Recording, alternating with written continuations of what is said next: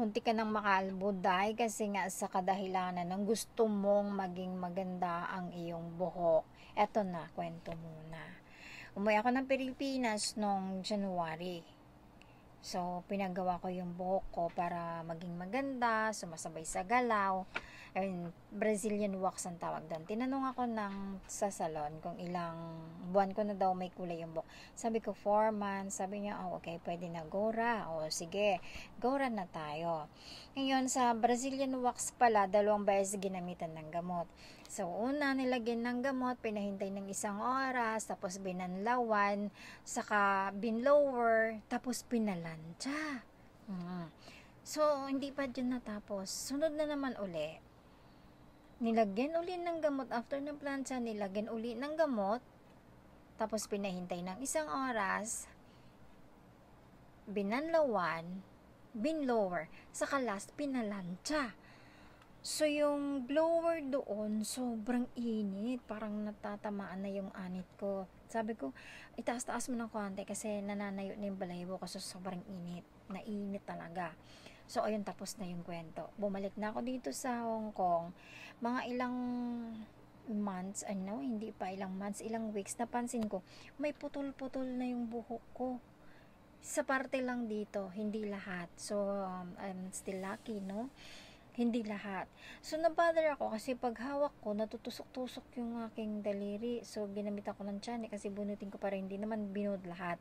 So, hinayaan ko na wala na akong hindi ko na pinapakalaman yun. Parang wala lang, nawala na sa akin yun. Pag uwi ko ng Pilipinas, eto ang nangyari. Nakita ng anak ko, Ma, ba't ganyan yung buhok mo, Ma? Napanot ka na ba? Sabi ko, ha? Wala yan. Hindi ko alam. As in, hindi ko talaga alam na mayroon ganun sa buhok ko. Kasi tinali ko, tapos nakita, lumapit talaga siya. Sumapit sa si kuya. Ma, hindi, iba talaga siya. Sabi ko, hindi kasi dati kasi mayroon akong sugat. Tapos, nagkaroon ng scar.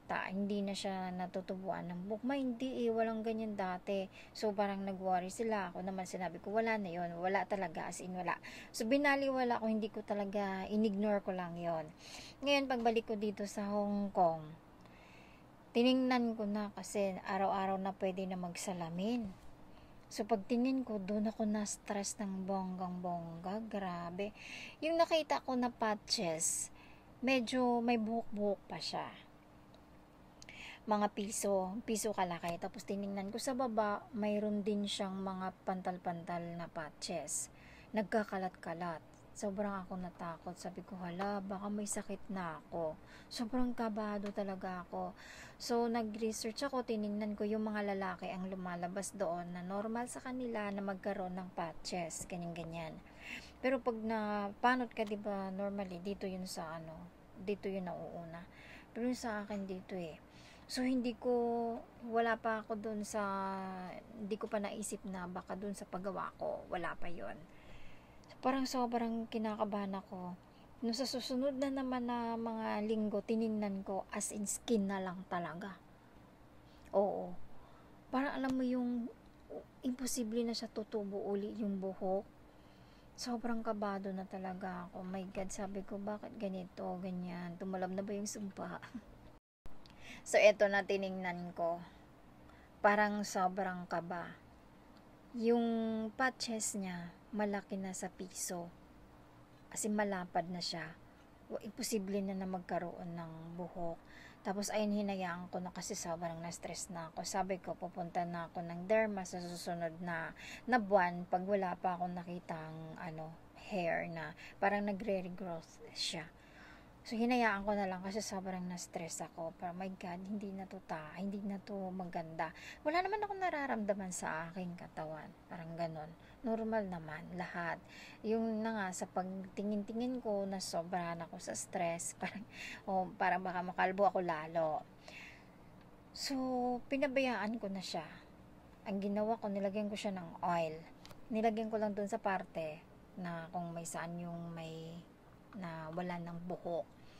So, tapos tumubo yung buhok, yung parang baby siya, yung pagkalabas ng baby na mayroong maninipis na hair. So, di ako komportable doon. Ginamit ako ng razor. Inahit ko. para sabi ko baka sakaling tumubo.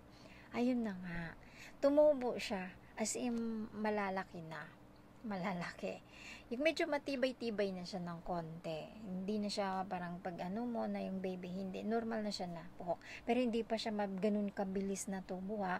Kasi imagine mo, May, June, July, August, September, October, hindi siya ganun kahaba. Parang ganito pa lang siya. Pero at least tumubo siya. At nung una kasi nakita ko na parang puti lahat ng tumubo, kinabahan ako, okay lang kasi at least may buhok. Eto na. Ito na nga sa haba-haba ng kwento ko. Mag-ingat po tayo. Pag may mga kulay ang ating buhok, huwag po tayong magpagawa. Huwag po natin ipa-relax, huwag po natin ipa-reband, or kahit ano pa dyan. Kasi baka tayo ay makalbo. So, last na yon. Baka kasi sa susunod, makalbo na talaga. Diba? Yung wala na talagang buhok. Nakakatakot po yun. Sabi ko, naisip ko na nga mag-wig na eh. Kasi hindi ko siya maitali ng ganun kasi visible pa siya. Ngayon hindi na. So na okay na siya. Pero kahit nandyan pa din na makikita mo pa din yung skin. Pero hindi na siya gaano kasi may buhok na. Dati pag ganyan ko lang, talagang makikita mo na. Tapos pag nahangin-hangin, makikita na din talaga siya. So doon ako kinabahan na ano ba, may sakit na ba ako? Tumalab na ba yung sumpa sa akin? Ayun lang, Day. Pag may mga kulay ang inyong buhok, huwag nyo talagang ipagalaw muna doon sa parlor. Kasi nga, alam mo naman, yung iba, hindi yan nagke-care. Yung basta may bayad ka, gora. Kaya tayo mag-ingat po tayo. Siguro ako lang kasi mahilig nga ako magulay. So ayun, minsan lang din naman nagpagawa ng buhok eh, pero natsambahan lang din. Yun lang.